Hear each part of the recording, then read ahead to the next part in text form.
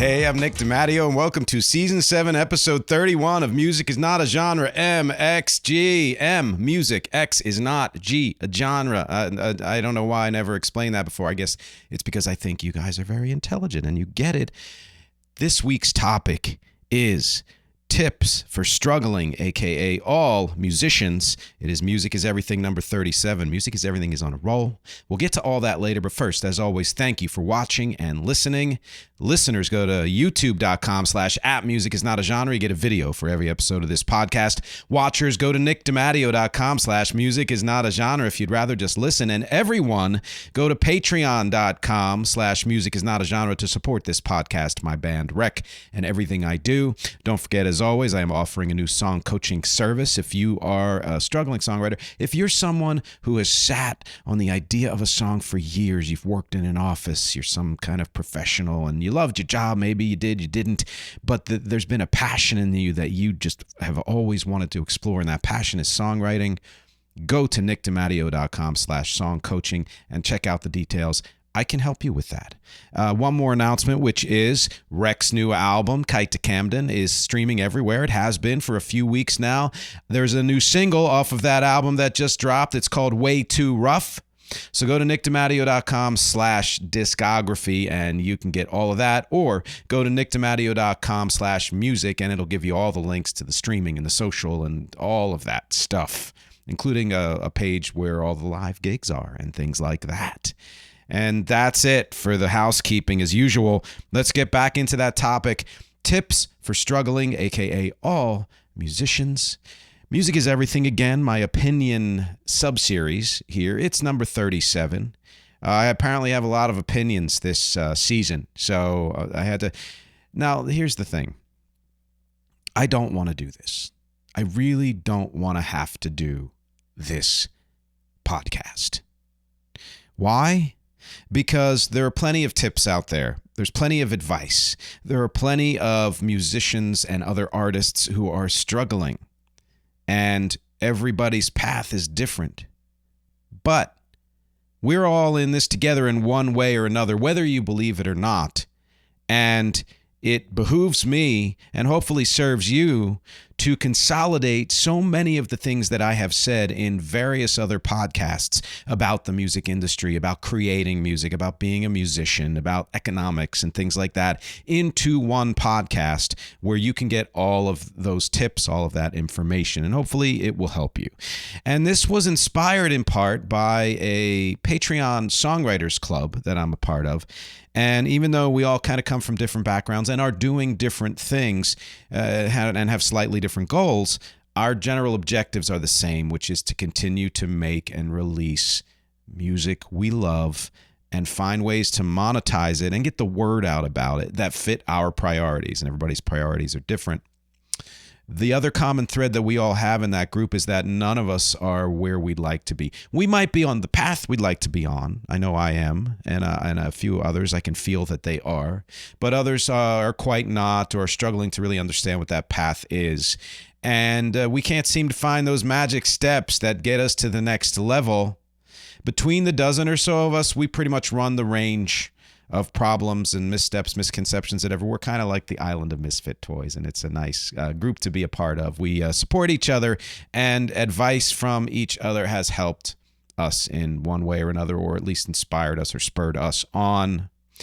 And this, coupled with my own decades-long struggle to achieve greater success and recognition for my music, currently my band Rec, and any of the music that came before that, or under my name The Drop, which is my kind of instrumental / cover / production name, it compelled me to flesh out what's going on, hopefully find some answers, extemporaneously even, and hopefully those answers will help all of us. So structure of this, I'm going to give a brief history of struggling musicians to show why this period might be different from any other period.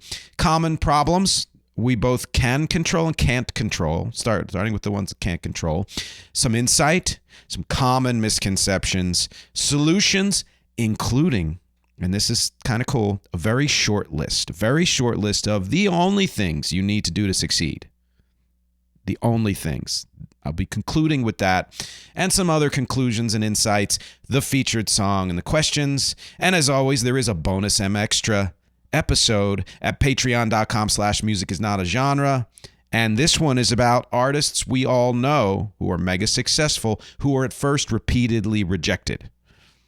And I will also be adding in there artists we don't know who were also rejected or didn't find that success, and why is there a difference there? Why are they worth mentioning too?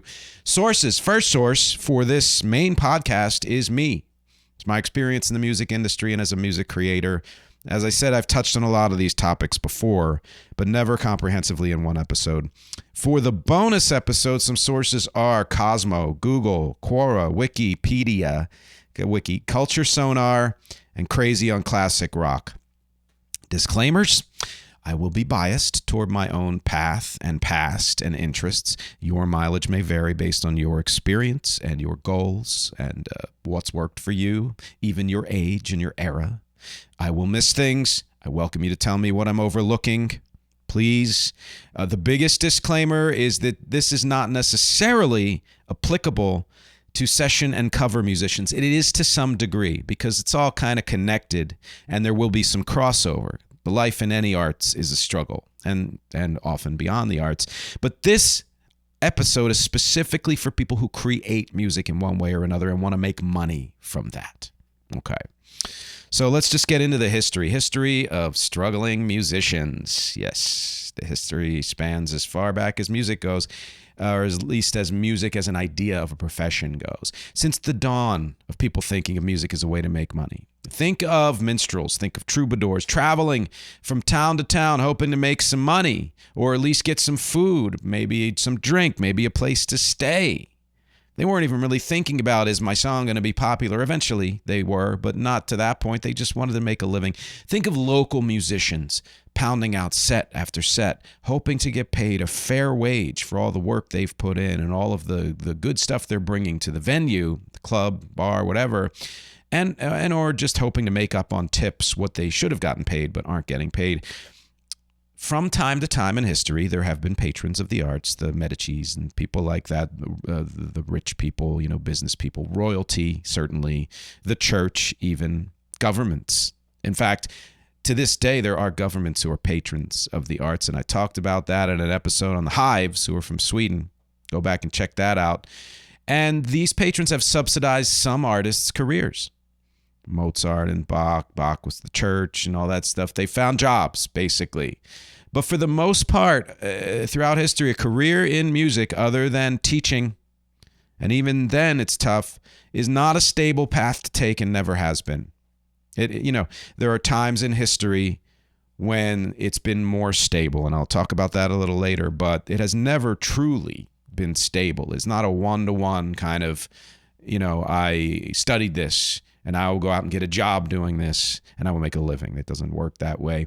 It's difficult for all people in the music world to make a living, but as mentioned, this episode will focus primarily on people who create music, writers, performers, producers, of which I am all of those, and many of the people who are in that Songwriters Club are one or two or three of those, at least two. So musicians and music creators have always had to hustle, sometimes even after they've gotten work, but still haven't seen the money or enough money, or they don't know how long that job is going to last, or when is their next hit song going to be, or even a song that gets sync licensing. Well, they need another one to pay the rent for the next 6 months or whatever it is. Yes, there are exceptions to this day, like in-house music producers for ad companies or film companies, or sync music outlets for things like music beds and scores and things like that. Freelance music creators who have a base of similar clients like that, but who aren't in-house. Those are some exceptions. But there are even famous artists who either never made a living from their work or who took much longer than you'd think to get there. I can't tell you how many stories I've heard of artists who were like, well, they were famous for several years and now they're legends, but they really didn't start to make money until 10 or 20 or 30 years into their career because of a deal they struck or some change that was made because of a lawsuit or something like that. So it's always been a struggle. And as I said, though, there have been times when it was easier to make a living, and this is dependent on a few things. The prevailing priorities of the music industry, somewhat necessary, quite evil, because they're mercenary. The prevailing economic situation in the world and in that particular country, in this case, the United States, what country or region or city or town you are from makes a big difference. I can tell you that there are people I know who get more steady work outside of New York City, living somewhere else, than anybody here in New York City. What is popular in a given time period makes a huge difference, and a big one, technology, and the technology of format in particular. So I've told you this before. I've done episodes. He's been on the show. My dad is a musician.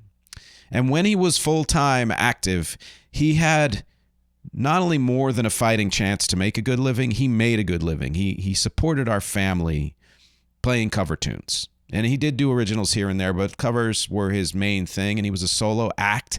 And he supported our family well. You know, we were solid middle class and never really struggled. That era that he, worked in was largely mid to late 20th century and was already fading before the 2000s hit. He'd be the first person to tell you that by the 90s, things were really changing. As new technologies made certain types of live music and musicians obsolete, or at least less in demand, or at least not as necessary, jobs were harder to find, and the jobs you did find paid less compared to the cost of living. I'm going to tell you this, and you may know it already, but if you don't, be prepared to be shocked. Let's throw out a number. Let's say $300. $300 a night is a decent wage. In the 1980s, 90s, that was on the higher end, but not too far from average. Flash forward 30, 40 years. Most musicians are not making that much now. So income for musicians has decreased while everything else, cost of living and all, has increased. And once streaming hit, music creators on the whole could kiss goodbye any kind of fair payment for their songs being played. What was a small but fair amount of royalty in the days of radio is now so minuscule or non-existent and certainly wildly unfair. And we won't go into that much because I've done episodes on that and you can, look that up. You hear it everywhere. One of the guys in the Songwriters Club, in fact, likes to post about it all the time. And we'll get into how that can be a good or bad thing later on. Again, it's a reflection of the current global economic situation. Everything is top heavy right now. So the people at the top are making the most and all the rest of us get the scraps. And even though we've always gotten the scraps, some of those scraps have often been quite easy to live on. Not the case right now. So to sum up the history, the peak of music earning on average was likely the 1950s and 1990s. Prior to that, there was a fighting chance to earn your keep, and many musicians did earn their keep. You had the big bands and people like that. After the 90s, good luck. All of us can tell you that. And if your bag is strictly original music, which is what this episode is mostly about, forget luck. You don't have a fighting chance to make a good living doing original music. So let's get into that. Original music. You are making new music. If you're someone who writes music, performs it, or hires someone to perform it or record it, produces it, hires someone else to produce it, distributes it, gets somebody else to distribute, odds are super strong that you're not making your living from that music or even coming close. If at all, you may not even be breaking even. Or if you are coming close to making good money, it's because you are subsidizing with peripheral things like teaching, cover bands, session work, or in some other way working in music that's not about your own music. This is more or less what I do. And keep this in mind for when we get to the solutions section, because it does play a part in the solution for all this. Because these are more vitally related than you might want to admit, or that your ego might let you believe, those peripheral jobs. I've made tons of music of all kinds, tons of original music. I've released a lot of it, a couple hundred songs probably of varying genres, and I do make some income from it annually, if not monthly, and it does happen. But that income pales in comparison to the music money I make doing cover band work, producing other artists, songwriting, coaching, session work, etc. I used to teach, don't teach anymore. But that was one other way that I made money as a peripheral music job. Why is this the case? Why can't good music creators make good money? There are a few legitimately practical and logical reasons, ones that are beyond our control, they're just facts. And then there are the problems we create ourselves through, I'm going to make a list here, and I will probably be overlooking 20 other words, but you'll get the idea. We create these problems through ignorance, stubbornness, laziness, anger, entitlement, fear, resentment, depression, exhaustion, lack of self-confidence, etc. But before we get to all that, let's get to the things we can't control first. So problems we can't control. So again, you're a music creator, someone who somehow creates original music. You're a writer or part of a band who creates original music. You're a producer, etc. You want to put out music that people will listen to, people will love, and people will give you money for in one way or another. Streaming, physical sales, touring, merch related to your band or artist name, or some other related peripheral. There are tons of ways this can go wrong or peter out. Here are some of the ways we can't control. Taste. Trend. If the first most important thing is for you to be creating the music you want to, and it is, and we'll get into a little bit why that matters as far as your success as well, but focus on the music you want to create, not the music you think should be created. If that's your focus, you might hit the roadblock of changing tastes. It just is. Let's say, example, if the only kind of music that inspires you to create your own music sounds like something from another decade and not in a retro kitschy meta updated, I'm going to add it to this way. You put maybe some beats behind it, electronic beats, and then you throw on some kind of like Mark Ronson with the 60s or somebody else with the 70s, whatever it is, a lot of hip hop with the 70s.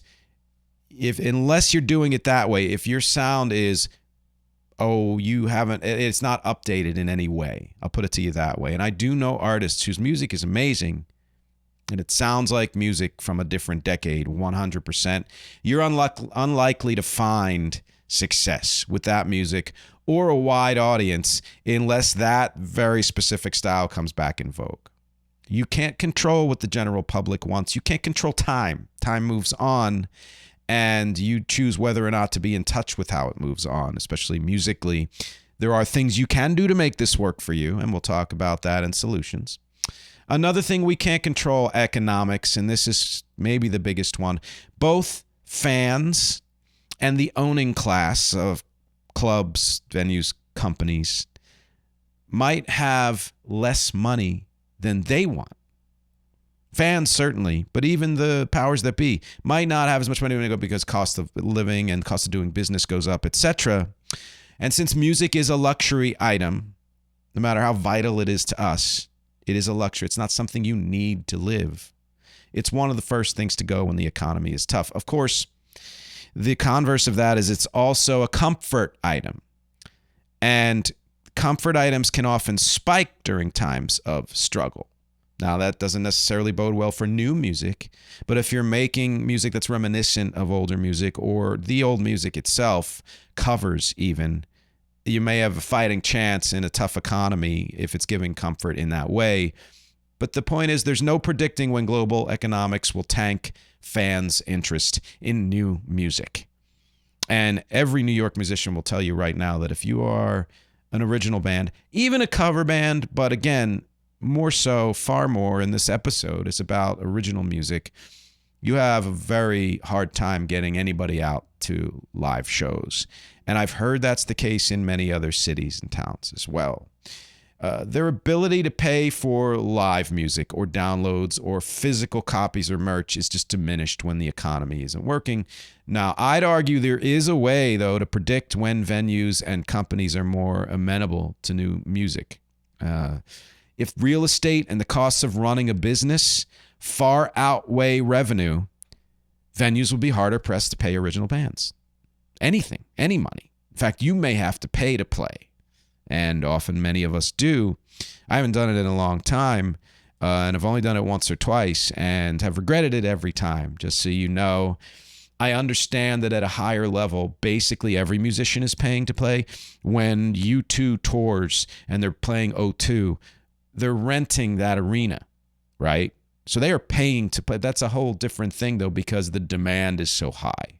If your demand is, I hope to get some friends and family and random fans out, then the idea of paying to play, it might work once. People are excited to see you. They haven't seen you in a while. And then the next time you're kind of screwed. Just the way it is, no matter how good your music is. And often, even if you bring a decent number of people, you're still not making enough to pay for rehearsals, musicians, advertising, whatever else goes into you being ready. Maybe you made postcards, or maybe you wanted to, give out freebies or have merch for sale, whatever it is. The odds of you making back all that money, pretty slim. And since right now the economy sucks and is wildly top heavy, most venues can't afford bands who don't have a following, who aren't playing music people already know. If you're a jazz artist, you're more likely to get regular work in restaurants and things like that. Honestly, it doesn't even matter whether people know the music or not, because it's the ambiance of the music and the style. But there are ways to make this easier on you, and we'll talk about that later, again, in solutions. One more economic consideration, and a big one, is you. If times are tough, cost of living is outpacing your earning, you'll have a much harder time affording things like session time in a studio, session musicians, rehearsal spaces, which are no longer cheap. Unless you're hitting in New York, in the outer boroughs, you can get some pretty cheap deals, but otherwise in Manhattan, you're kind of screwed. Paying to play, if you choose to use your money that way. Ads, which we'll talk about a lot later. Other ways to increase your streaming revenue, playlisting, etc., or increase your online profile and social presence. Some of that can cost money, and I'd argue should, and we'll talk about that later. There are some things you can do to work around this stuff, but by and large, if you can't finance the prep for your music getting out there, either live or online, and by prep I mean the recording and the session, and all that stuff, what I mentioned, then that's a reality you have to face. Another one we can't control, format. I've noticed lately that bands are starting to sell physical copies of their music again. And I don't get it.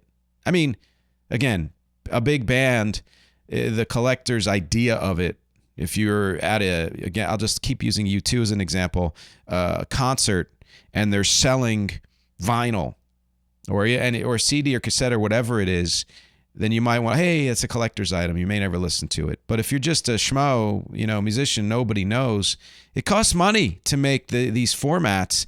Even if you DIY it, like my shirt says. For those of you just listening, this is a shirt at my merch store, which is at nickdimatteo.com/shop. Go check it out. Help me subsidize my career. Very few people have any use for any of this stuff. I haven't made physical copies of any of Rex albums because I started at a point when things had already shifted to being online and were rapidly shifting to streaming shortly after that. I used to make CDs and cassettes of older music before Rec, but no more. I'd love to again. That's fine. A band I'm in has vinyl, like LPs and 45s that they've made, and CDs. So what? They may have sold one or two at each show. Now, I don't know if that band is paying for it because they're on a label, but again, so what? I don't get it. The bottom line here is it's been a long time since you could make a bunch of copies of your album or EP or single and make back the money you put into. And even back then, you probably didn't make back the money. And no matter what articles you read about this or that old format returning, none of them ever capture more than 1 or 2% of the market share. And that share is largely made up, again, of collectors, people with money who want to collect the music and not necessarily listen to it. And they wouldn't necessarily consider what you are selling a collector's item. I've seen and even worked with companies who think they can change this, make it special in some way, like physical NFTs or some weird bullshit. None have been successful, none, zero. Next thing we can't control is glut. The fact that anyone and everyone can make and release their own music at will is an absolutely beautiful thing. I will never say there should be less of anything, including people in this country. Hello, immigration. It adds to the rich tapestry and it lifts up everybody, no matter what you may think. But it does suck for you as a musician that there's so much out there, because it's harder and harder to stand out, no matter what music you make, no matter how good it is. And there will only be more people making more music for more sites and more genres and etc. This will not reverse. So stop thinking that, oh, back in the day, you could get it. It doesn't matter. There are ways you can increase your odds of being found, and they may not be the ones you think, and we'll get to that later on. But first, let's talk about the things you can control. So problems we can control. Everything I'm going to talk about here ties to one thing, which is your psychology. Plain and simple. None of it is about actual limitations. They do exist. We kind of talked about them, but they're not what's holding you back. I mean, they're what's slowing you down. They hold you back to a degree, but they are not the prime factor that's holding you back. It is your psychology. So first off, and this is going to sound pretty insipid, but it is a common problem. You can't be successful on any level at making your own music if you're not actually making your own music. So part of what I do as a song coach, and this episode is not about that. I did one about that, but if you're interested, nickdematteo.com/song coaching. Part of what I do is I give people a path forward that takes them out of that place of maybe having all these great ideas or one great idea and never executing any of them fully. You got to make something for it to exist. Just because it exists in your head. I have a great, pieces of a great stand-up routine in my head. Never once done stand-up. Don't know if I ever will. So it doesn't exist. The minute you do make something, you are that thing. You're not, I want to be a songwriter. If you're writing songs, you're a songwriter. It doesn't matter how you judge your own music or how anyone else does. Perfect is the enemy of good. This is why it holds people back. Get the songs done. Whatever your role is, whether you're just writing or recording, whatever that may be, do not wait for even your own self-judgment to say, this is great, this is perfect. Just write the songs, because many producers and writers and creators will say to, and I can attest to this, I have written maybe 1,000 songs. I am, happy with less than half of those, let's say, and I've only recorded a couple hundred of those. Why? Because you got to get through the crap to get to the good stuff. So just finish whatever it is, even if you don't think it's your best idea. Second, right before we get to a break, know your craft. So you would think this would come before the first one, but no. And here's why. You can start from any level of knowledge, fully versed in whatever music you love, or knowing absolutely nothing. And you can still end up with gold or shit. It doesn't matter how good you are at anything. There have been plenty of instances in history where people didn't know what the hell they were doing and have had mega hits. And people who did know what they were doing have never had a single hit. Art is not science. Things come when and how they come, and there's no way to predict that. And it doesn't matter how prepared you are. Listen to me say that. Don't let your self-perceived level of competence hold you back. It's probably the biggest and most common mistake. I'm not ready. I'm not good enough. It doesn't matter. It doesn't matter. Now, that said, if you want to have a lasting career, you're going to need more than lucky inspiration, a good one-off burst of genius. You'll need to know what you're doing enough to replicate it. Again, part of what I do as a song coach, part of what I have done myself, trial and error writing and producing so many songs for myself and others. I may, in fact, do an episode on why one-hit wonders exist. I've done one-hit, two-hit wonders, whatever episodes, but why do they exist? What made them only one-hit wonders? There are multiple factors. I may do an episode of this, but part of the reason is what I just said. They had one great song, but didn't know enough about their craft to replicate it. And that's a great place to take a break here, give you a chance to think of those few things and mull them over while we hang out for the mid-roll, and we'll be back in just a minute. Hey, thanks for checking out this episode of Music is Not a Genre. If you'd like to learn more about this podcast, if you'd like to learn more about the music I do with my band Rec or any other projects or anything else about me, go to nickdematteo.com. That's nickdematteo.com. DEMATTEO.com, and everything is there. There's even a link to a merch store where you can get t-shirts and mugs and hats and totes and notebooks and so many other things. I'm always adding new products there. Great way to support the podcast. And finally, go to patreon.com/musicisnotagenre if you really like to show your support. My fans and lovely family there get exclusives and other perks and early releases, and they get to suggest topics for future podcasts as well. Thanks for listening to the mid-roll. Now back to the show. All right, we are back, and let's just get right into it. So the third thing we can control, and I can easily call this the most common problem, and I may say that more often because so many of these problems are common. You have to actually share your music for it to make an impact on the world.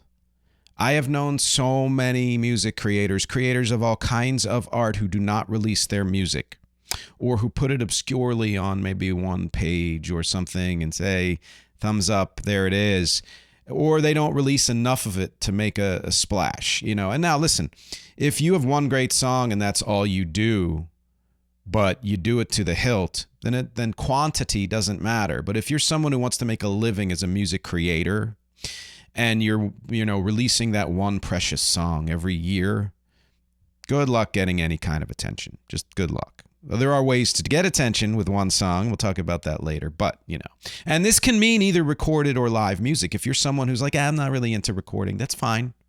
You go out and play your music live. But choose one or both ways to share your music.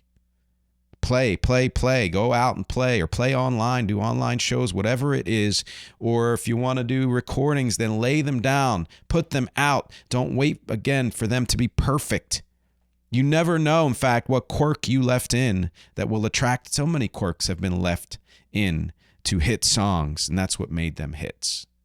And you never will know if you're reworking and feeling like it's never ready. I have had, I won't say arguments because I don't even like to talk about this, but I've had disagreements with other musicians and music creators who believe that the most important thing about their music is the production quality. Now, I distinguish this between the production of it, the artistic production, meaning the structure of the song and where the instruments go and what sounds you use and how you level things, etc. I mean, mix does matter, and all of that to a degree. They're talking about it's the most pristine quality made in the most pristine. They're kind of the Steely Dan heads who believe that the top most important thing, the audiophile assholes who I cannot stand, is if it's not the greatest quality it can possibly be, then you failed. I fully disagree.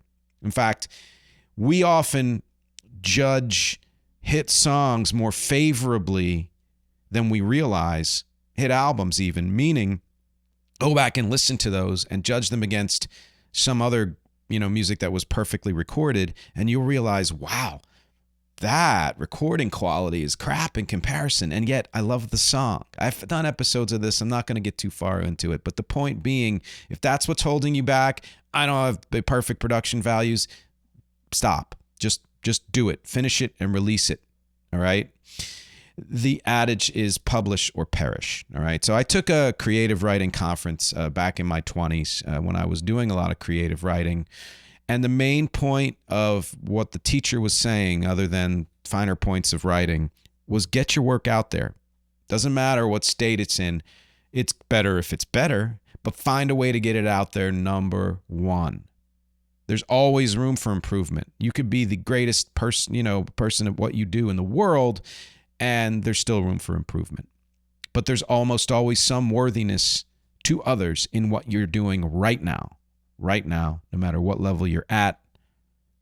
Fourth, and this is very closely tied to what I just talked about, let's say you release your music, but you don't get the response you were hoping, and you just kind of let it die quietly. You ghost the world, let's say.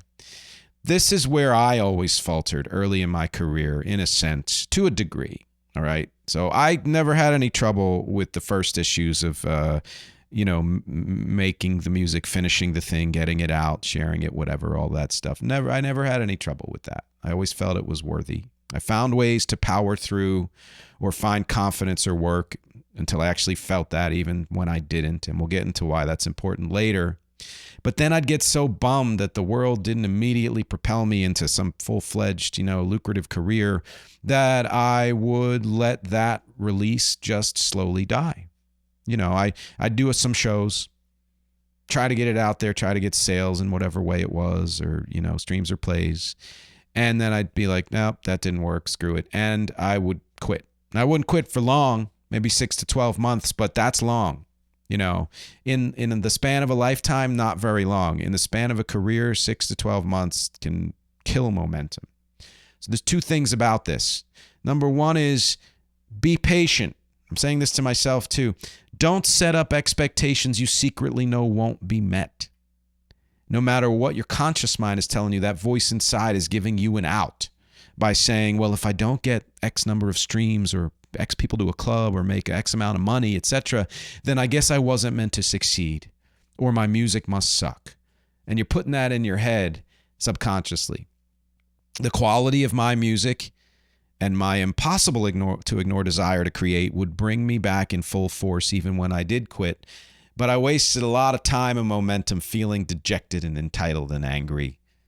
My music's great. Why didn't it do this or that? What I didn't know, it was that it was doing things in the background, and that's something we'll talk about later. Just because you're not seeing results doesn't mean there aren't results. Which brings me to the second thing about this, which is taking time off kills momentum. I've been talking about it. It kills your dedication. It kills your enthusiasm, and it kills your strength and resilience. And you might be overlooking positive results that would have taken you to the next level had you built on them, because you are only focused on what didn't work. Focus on what did work, build from there, and leave room for the possibility that things worked that you, again, don't know. All right? Momentum matters because it's not just about you and your career and your muse. It's about your fans and even maybe the powers that be who are monitoring what you're doing without you knowing it. Maybe they're waiting. I had a case in my career that that blew me away. I had put out a couple of releases that made it far enough through music conferences, etc., passing it around, that they attracted the interest of a producer. And that first release he heard, he was like, that was good, but not quite ready. Second release, loved it, called me, produced my next album. Had I not put that second release out, had I been like the first release, didn't do what I wanted it to do, so screw it, I'm done, or took too long, then he would never have heard the second release. We never would have produced that third album or whatever it was. It was longer than that, but you know what I'm saying. So keep that in mind, that there are people who are listening. I know there are people who are listening to my music across the world, and it could be that at one point, one of those people might have the ability to do something about it, or to pass it on to others, etc., etc. All right. So fifth, let's say you've made it all the way to releasing your music and you refuse to give up until it makes an impact. So you post it on social, you reach out to the press, you send all your emails and or DMs and or other record labels and or sync licensing companies or other people on the business side, and you're getting your little to no response. All right. So you get bitter, confrontational, you feel entitled, you feel resentful, and you either start lashing out at the world like some people I know are doing. They're so pissed at Spotify and other things that they are spreading their anger like wildfire, or you just stop making the effort together. Or you do the same things over and over. Well, I tried that. I'm guilty of that often, where I'm like, well, they say to do it X way. It's not worked yet, but maybe it'll work this time. You need to rethink that. Some of this has to do with something we can't control, which is glut. Steve Erickson, who's often on this program, is a critic, among other things, and he will say, and he's far from well known as a writer, but he will say he could get up to 50 emails a day, and that number could be slightly off, but he has quoted that once or twice from publicists and artists. Can't go through them all. And imagine what well-known companies and people get every day, then hundreds, thousands, Same holds true for social media. We already know that. What's the likelihood your song or album or post will rise above the noise? Very, very unlikely. There is a solution to this we'll get to later in solutions. Right now, I'll stress that, again, you need to focus on what is working. And that often requires paying attention to it, going back and seeing, what engagement you got, the analytics, all of that stuff, doing more research, knowing for real what impact you're having, seeing who's read. You can even do email trackers. There's ways to do that, at least for Gmail. Then you'll know if somebody actually read that email and ignored it or never read it, and you were prejudging, And so then once you figured out what's working, build on those things, and at least for the time being, throw out the things that weren't working. That stuff may work in a different context in the future or approached in a different way. But if it's gaining no traction now, just ditch it. Stick with the good stuff. The point is, we are and should be always learning and changing and growing. The minute you stop and say, well, I found the best way to do something, you will probably not get to where you want to be. There are plenty of other ways to sabotage yourself, but those were some of the big ones. We're going to get to solutions very soon, but before that, let me mention a handful of common misconceptions. These were fun for me because they pop up all the time. They're common, and I say this as someone who's been through all this. Misconceptions about what will work. Build it and they will come. Build it and they will find you. Put it out there and they will find you. This is related to a lot of what we said above, in that you think that if you just do your music and do it well and put it out there, it will get to the right ears, and it will get to enough of those ears to make a difference in your career. Here's the thing, and this is hard to hear, and you may not believe it. That's never been true. Okay. We've heard stories of viral this and 1 million streams that, and, Lil Nas X and the person on TikTok and whatever. They're the exceptions. That's why we heard those stories, because they're amazing stories, because they are exceptions. Same reason we hear about more violence in the world than nonviolence, because the violence, no matter how much we think it's prevalent, is actually the exception. Most of what's going on in the world is far more peaceful, but the violence makes news. These TikTok stars, etc., make news. It's never been true if you just throw something out there. No. The 0.005%, whatever chance that you have, means that it is, practically speaking, false. And it's less true now than it's ever been. And it doesn't in any way reflect on whether or not your music deserves a listen, or whether or not you think you've put enough work into the music or into posting or anything like that. None of that has anything to do with it. It's just odds. It's the glut. Here's another misconception. If your music is good or unique or on point or X whatever factor enough, it will rise above. No. I've done that so many times. Oh, this has got to be the one because it's in line with something else that somebody's doing who's famous, or it's just amazing music, so it'll rise to the top, or, it's different. No one's ever heard this before, whatever it is. Or again, the production's amazing. Yee. Don't try to second guess what people want to hear, whether that's fans or record companies or sync people. Don't try to second guess what the market wants, what will sell better, what trend is coming. Very few of us have our ears to the ground enough to know any of this. And usually once you know it, it's already passing. And it's unlikely you're one of them anyway. It's better to just do what you do best and do what you love best, even if you don't do it best. And do that thing to the fullest expression of you, because that's going to be the most unique thing and interesting thing you can put out. And this way, if you don't make money or get famous or whatever your goals are, at least you did it your way and to the best of your abilities. It doesn't reflect on the quality of music or the work you put in. Side note on this, plenty of times I have written and produced music that was ahead of the curve.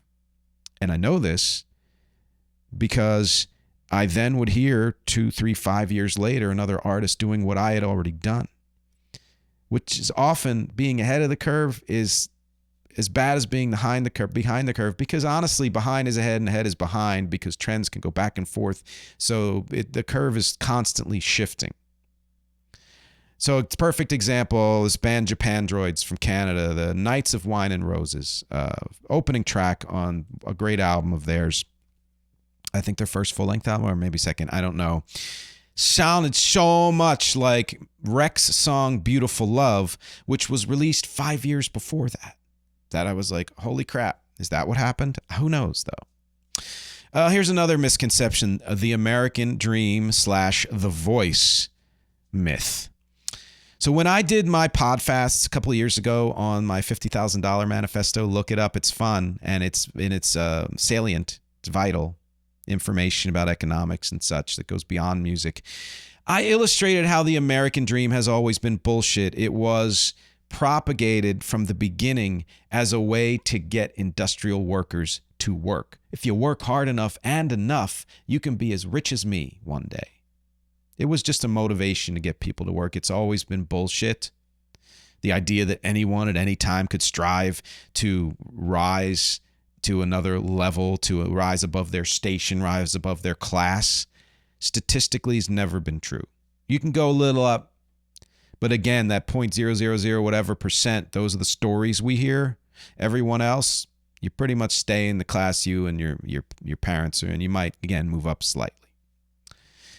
We're all unique, sure, but none of us are special. None of us are more special than anyone else, and neither is the music we create. I like my music better than any other creators that I've ever heard, with the possible exception of some of my favorite artists in the world. Doesn't mean that it is more special. That some people rise above is basically like the lottery. Luck, happenstance, being chosen by some entity with the money and power to support your rise. Simon Cowell, I'm going to turn you kids into One Direction. That's not how the world works. These things happen because some third party stepped in and said this person or this music, and not your music. Are you more likely to be chosen the more you put out? Yes. But that more likely, let's say, raises your odds to, let's say, 5%. As opposed to 0.05%, which is generally our odds. Neither one of those are great. All right. The point is, you will almost definitely not be that lucky person whose brilliant TikTok performance gets millions of views and catapults your career, or wins one of those insulting talent contests and you become the next Kelly Clarkson or Benson Boone. Or you won't have that hidden gem of a song that somehow goes viral, like Gautier, somebody that I used to know, attracts the attention of enough regular people or one famous rich person to move you fast forward. Or you're discovered by a label or sync licensing company or whoever you're looking for because they randomly decide to open your email among thousands of others and fell in love with your music immediately. Very unlikely to happen. It could happen. You could also walk out of your house and have your face eaten by a badger. But very unlikely. Don't count out luck, because a career in the arts is pretty much never merit-based past a certain level of aptitude, but don't count on luck. Positive thinking will get you to manifest your goals is another big myth. We misinterpret this. There is no doubt that negative thinking won't help, that it often short-circuits your process, your progress, taints your communication. I know a singer-songwriter who constantly posts from a place of, well, throw this up and see if anyone pays attention, and this is what's wrong with the system and social media and society. Negativity doesn't work. Unless you are saying, who's with me about this negative thing, but that's a tricky thing to do. The truth is that positive thinking is not about outcome. It's about energy and action. The more you're able to condition yourself to believe that you are worthy and that what you're doing is worthy and that your goal is possible, the more you can imbue every step, every action you take with the utmost energy and clarity, which makes the next action and step easier, and so on. Positive thinking is tricky because it's not about toxic positivity, ignoring the negative, whether intentional or external. Or rather internal, external. In fact, positive thinking is strengthened by truth, by being in touch with your own negative thinking, bad days, missteps, external bad news, outcomes, etc. Finding a way to continually re-up in your belief in yourself and your work and your goals will prevent all of the problems we have talked about so far. Why? Because it is psychology.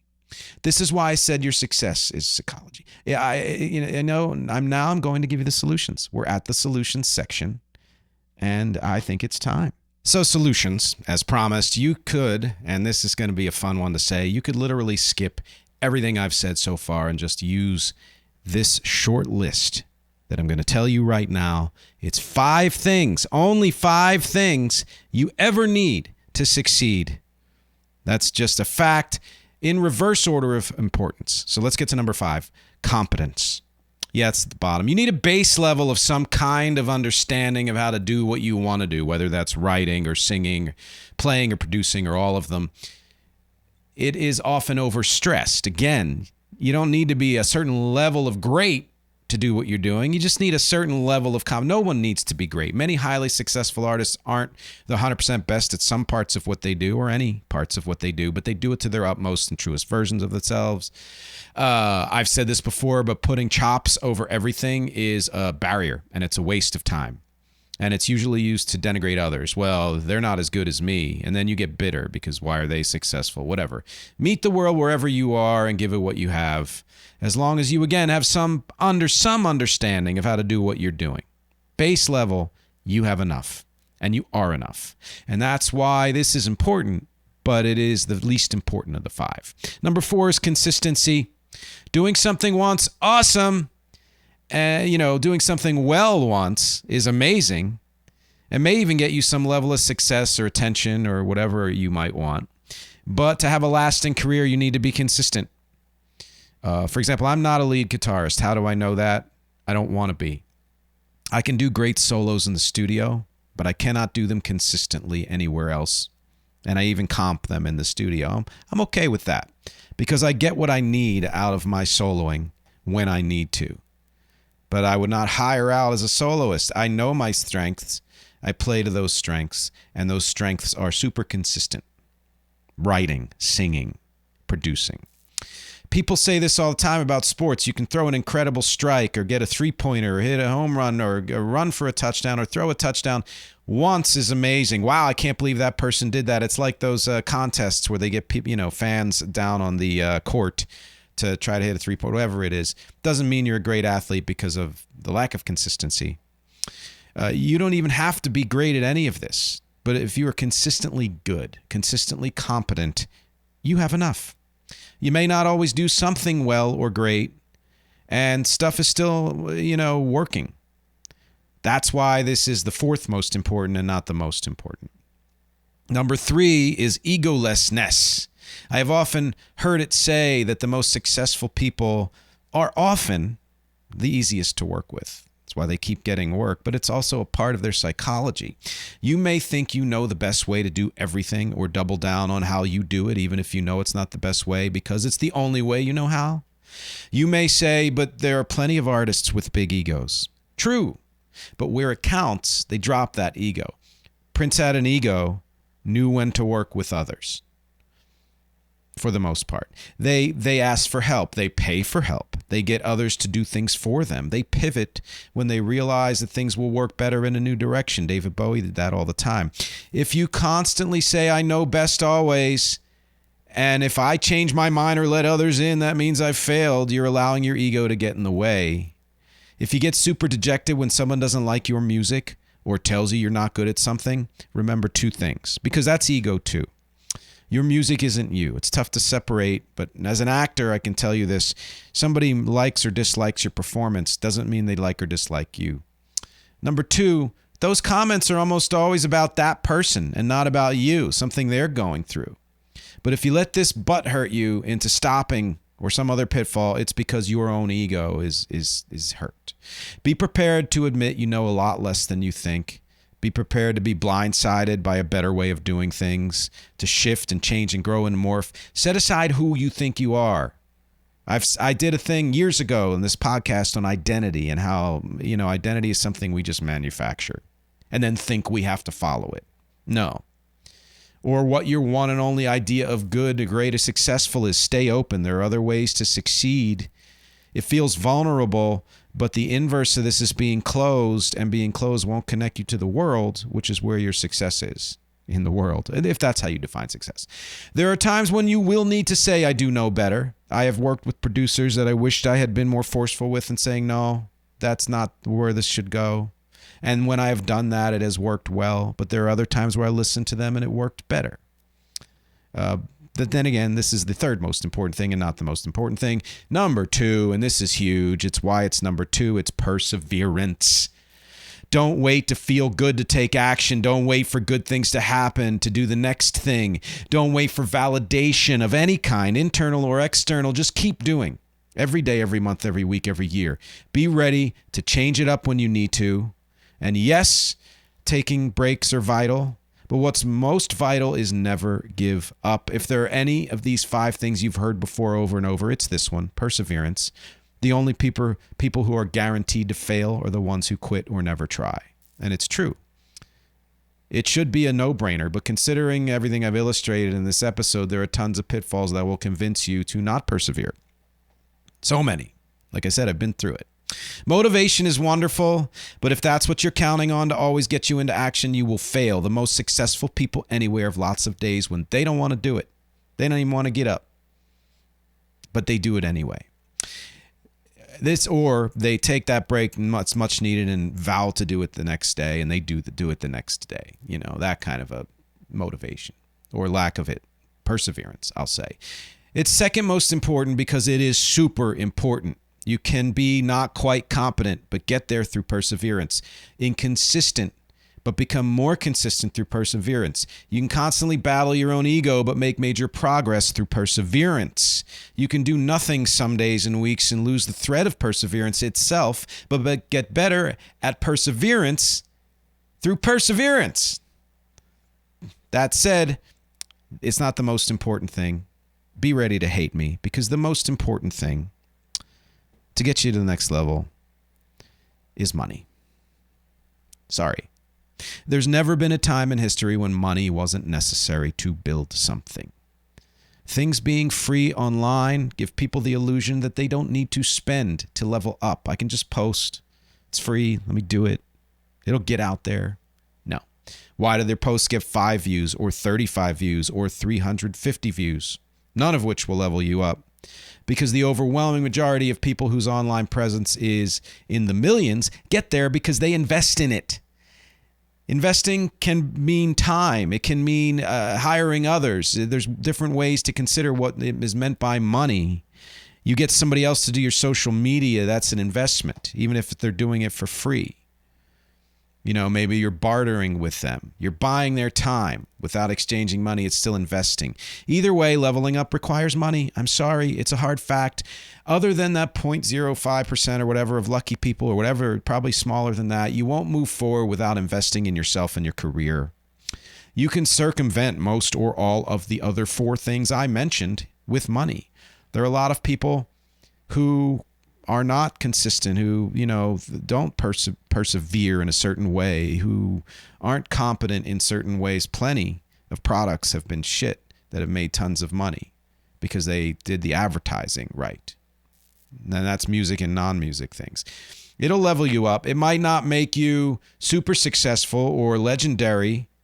I mean, you could throw money at any artist, but if they're not competent, they'll eventually land hard and fast. That's part of the one-hit wonder thing. It's part of why people disappear. If they're not consistent, they'll peter out quickly.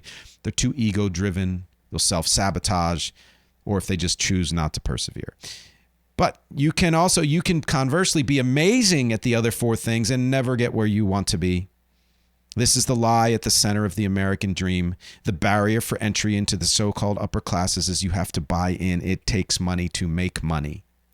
To get through the firewall of the millions of other people doing what you do, to rise above the noise, you need to increase your presence. It takes money.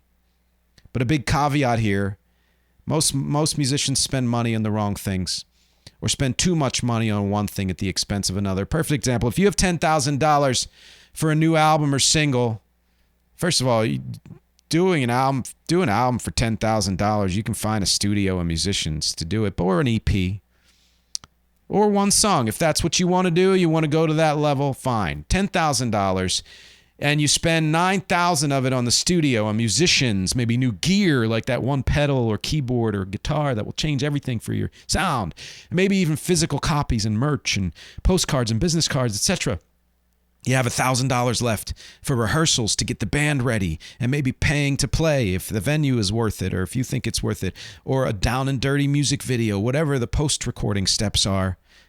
What's missing? You spent your $10,000. You didn't spend any on advertising, on playlisting, on a publicist, on a booking agent, on social media, on sync licensing, which you have to pay for to get heard, honestly. Basically all the stuff that will actually get your music heard. So I know somebody in the club who raised over $10,000, I believe, for a recording. and did the recording and paid for the rehearsals and paid for the musicians and paid to play at a venue, and she regrets it. She says she'll never do it again. You know. Keep in mind now, I can say this because I've taken on skills that others would normally have to pay for. I've learned how to play other instruments and how to mix and produce and things like that I would, you'd normally other people do just legitimately have to hire others for or work with others for. But let's even say I can't do any of that. If I had to book a studio and hire musicians and whatever else is needed to get the recording and the performing and all that stuff done, including any peripherals, if it's merch or whatever, I'd cap all of that expense at $5,000, and I'd spend the other $5,000 on getting the word out on all the things I said, ads and social and publicists and all of that. In fact, I might reserve $1,000 or $2,000 of it for mastering and remixes and rehearsals and live musicians, because I can do all the rest for cheap or nothing. And by the way, musicians always deserve to get paid. Spend as much as possible of that $10,000 on ads and all that, getting the word out. For far more artists and small businesses have achieved success because of this investment than anything else, even the quality of what they're doing. And far more failed because they didn't put it into outreach. Talent's needed for longevity, but even that's negotiable. And the secret here is, on either side of that coin, it doesn't matter how good you are, at least not at first. Terrible products have been sold, made millions because tons were spent on the ads, and they did it right. Again, luck can strike. And yes, luck comes with the right time, right place, and all these 5 things put together, but it's rare. I'll illustrate that rarity, hit some ways in the bonus MxG on Patreon. Patreon.com/music is not a genre. Mega famous artists who could easily have failed into obscurity because of repeated rejections, but became huge. And I'll contrast those artists with genuinely obscure cult artists who didn't rise above, or who took decades to get there, and why they didn't have the same trajectory. You could probably guess the reason. So some conclusions for this slightly longer episode. Success has many definitions. It's a big disclaimer, by the way, which I left for the end. If you feel like you're already successful, you're doing what you love, then disregard this whole thing. But if you're listening, it's probably because you want more. I've been often told by people that I'm already successful because I never quit, because I've released tons of great music. I do so much so well, and blah, blah, blah, blah, blah. And I love that. It does feel good. And it does feel good that people love my music. But I don't feel it the way other people think I should feel it, because my definition of success includes far more than that. Things I have not reached yet. Specifically, more sync licensing, more recognition by fans and music peers, and making a much better living. But you decide what success is for you. And this applies to anything, whether it's music or not. Talent also has many definitions. You may have aspirations of being better at something, and you know you're not great at the other stuff. But the fact that you judge yourself that harshly means you're probably already better than you think you are, and that you're already good enough to do what you want to do. Just meet your talent where it is. Growing will happen, but don't wait for it. You can see how psychology plays a huge part. It's why therapists and coaches exist. It's why knowing yourself and self-reflection and honesty are huge. Your ability to process your inner life is directly connected to your outer life, how you execute every step of your journey. This also bears repeating. Do not discount that money is huge. We don't live in a country that grants people living wages or discretionary income or money to pursue a chosen profession or even to get health care or food. We have to earn all that one way or another. And one huge lesson about earning it, and I mentioned this before, a peripheral job, a non-central job, day job, or gig work in the service of your career can finance your dreams as long as that job doesn't sap all of your time and energy. Find peripheral jobs that fit your goals and general work schedule, and they can be huge in correcting the money problem. I freelance because it allows me to record and perform at will. And my non-original music jobs have financed a lot of my original music. Even highly successful people do this. Think of an actor who does a blockbuster so they can do the indie films, you know. Whatever your approach, don't forget, if you constantly feel like you're not measuring up or breaking through, it's highly likely it's because you're not investing enough money and has nothing to do with your talent or your perseverance.